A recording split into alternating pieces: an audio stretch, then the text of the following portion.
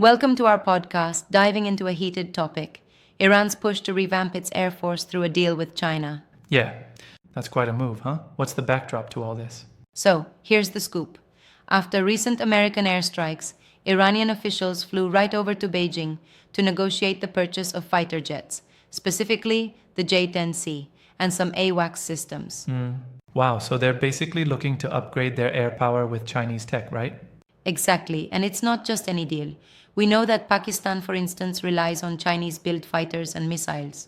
So it's like a regional trend in favor of Chinese military hardware. Yeah, right. And that obviously throws a wrench into the diplomatic landscape of the Middle East, doesn't it?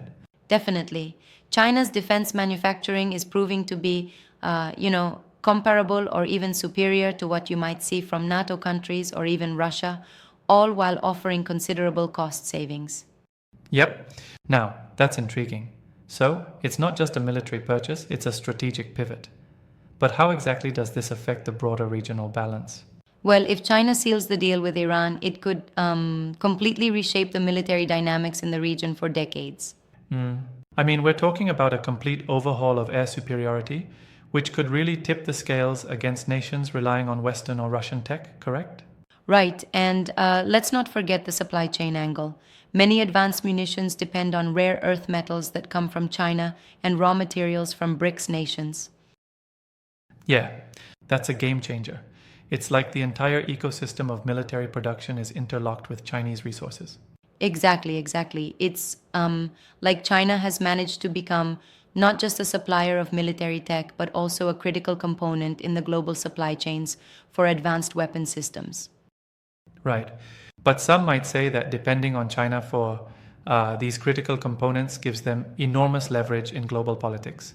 Is that a fair take? Absolutely, and that's where some experts, including a few defense analysts, have thrown down a challenge. They argue that if China supplies Iran, it could effectively weaponize its economic influence to shape the strategic landscape of the Middle East. Sure, but isn't it a bit risky? I mean, for China, getting tied up in Middle Eastern geopolitics could backfire. Well, that's a valid critique. However, the Chinese defense firms have been very competitive, offering something that often outperforms their NATO or Russian counterparts, which is attractive to countries looking for high quality yet cost effective military hardware. Yep, right. So we have this scenario. Iran, after suffering strikes from the US, seeks a reset by leveraging China's military prowess and competitive pricing. Exactly. And it's also interesting because Pakistan has already been maximizing on Chinese tech, even in recent conflicts with India, where they managed to down top tier Western jets and drones. That's a solid point. It almost seems like China is cementing its role as a backbone for regional military modernization. It is indeed that. And it's also a reflection of how modern military procurement is evolving. It's not just about buying hardware, but about aligning with partners who control key elements of the supply chain. Yeah.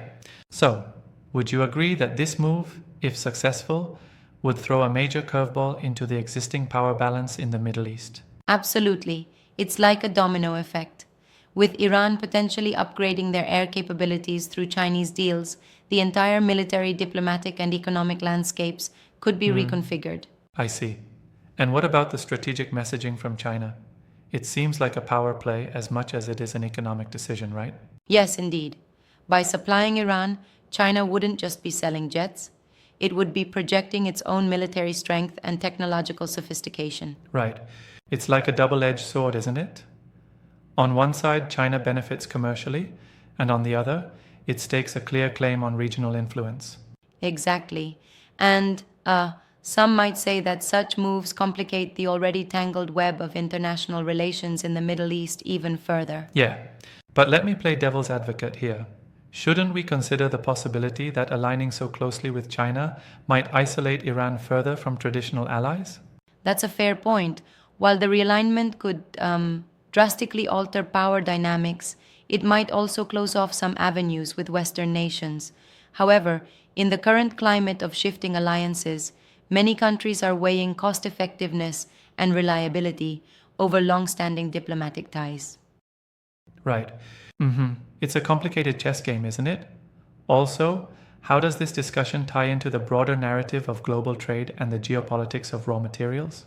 Well, a key aspect is that cutting edge military tech today relies on materials that have concentrated supply chains. And with China and the BRICS controlling these resources, it gives them unparalleled leverage. Yeah. So it's not just about the jets. The implications reverberate far beyond in terms of manufacturing and strategic resource control. Right, it's like a whole ecosystem. If China agrees and delivers, it'd be a statement that they're willing and able to back major geopolitical shifts by controlling both production and supply of advanced military hardware. Yep, that kind of integration could really intensify global competition, wouldn't you agree? Absolutely. It could set off a ripple effect. Other nations might then try to secure similar trade or military deals, perhaps even reconfiguring supply chains and alliances across continents. It definitely sounds like a scenario where economics and military strategy are inseparable. Exactly. And if we take a step back, it's like the current era is redefining what it means to wield power. It's no longer solely about local military might, but also controlling the intricate web of global supply chains and technological innovation. Right, that's a fascinating shift. While some might find it alarming, others could see it as a natural progression in international relations. Yeah, and to add a little humor here, it's like auditioning for the role of world leader by showing off the ultimate toy box of advanced military gear and raw materials. Haha, yeah, well put. It seems this potential deal isn't just about jets and AWACS, but it's a pivotal moment that could reshape power structures in a big way. Absolutely. The long term implications are immense, both strategically and economically. Stick around as we keep an eye on these evolving developments. Yep,